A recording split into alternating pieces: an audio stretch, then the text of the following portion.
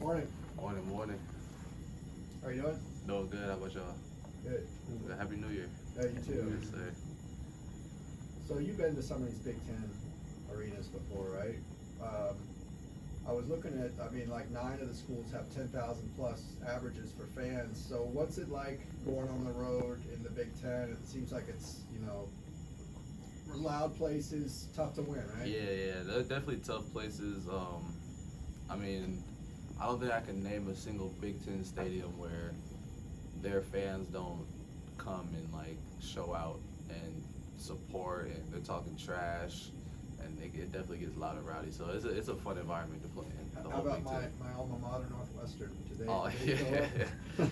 yeah. Northwestern, they definitely show up for sure. Okay. Yes, sir. Did you play at Nebraska? No, I didn't play at Nebraska. I played at Northwestern. Okay. Yeah, All right. Yeah. What have you seen out? That's right. As far as the way, the non-conference, especially the tail end of the non-conference, help, prepare you guys for the stretch coming up. What did you guys gain from the last couple of games? I really think it's just like we're continuing to see more and more like who we can be as a team and what we can do. And I think we've won in quite a few ways. Like against Arizona, we didn't have the best shooting game, but really grinded that win out. Gonzaga, we had a really good shooting game near the end of the second half. So it's just seeing that, we can really be like national championship team, and then just having that momentum grow into conference play is going to be really good for us.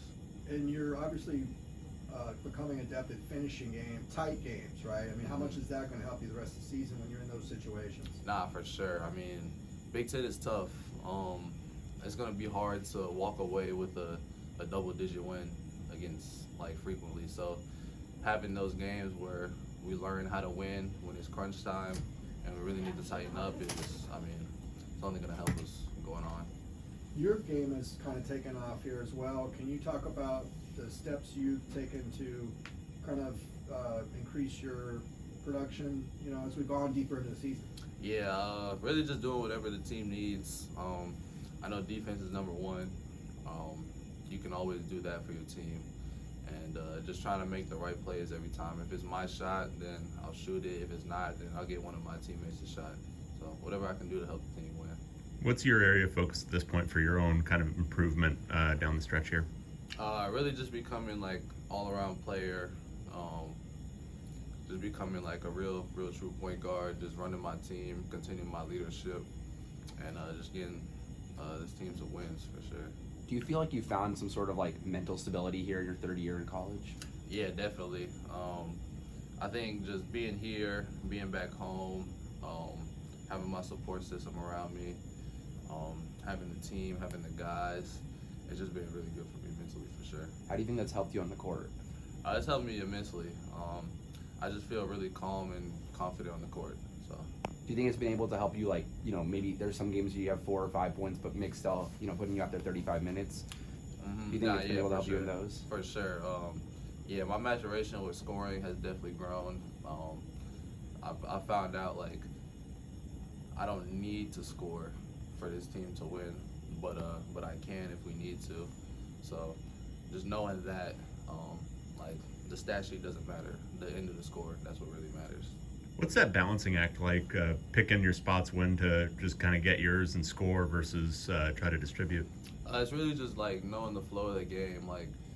If against North Carolina, Baz was really hot, so just knowing whoever's hot, whoever's feeling it, just trying to find them for sure. You mentioned earlier, doing whatever's needed.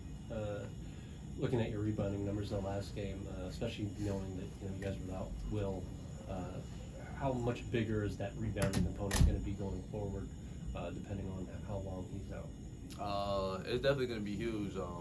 Our big guys, they're usually blocking out the big men, so that leaves some free rebounds for me. But we're definitely going to need a lot of rebounding. Will is TBD right now, so I'm just going to try to hone in on that for sure. I think that was, 3 straight possessions where you got the defensive rebound there at the end? Mm-hmm. I think so at the end of the game, yes, sir. You What- guys also made a lot of free throws toward the end. How much time have you guys been putting in on that? I know you talked about maybe the different technique you were using. Mhm. How much time have you guys put in on free throws recently? Every day. At the end of practice, we do a 2-minute shooting drill, and then we end it off with free throws. We're shooting for about like 10 minutes. So we've been working on it a lot for sure. What goes into rebounding as, you know, not a 6'9" guy for you? Yeah, really just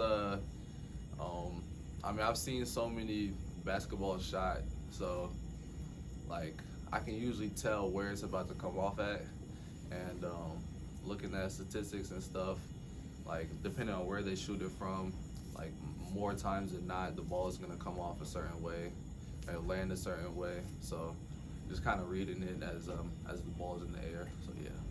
Coach mentioned that he thinks you're one of the best point guards in the nation after that game against Gonzaga. I guess what does that sentiment kind of say to you? Nah, it definitely means a lot. Just being here. I mean, we're winning. I really got no complaints. So it definitely means a lot, though. Thank you. Cool. Thank you. Thanks, Appreciate guys. y'all. Appreciate it.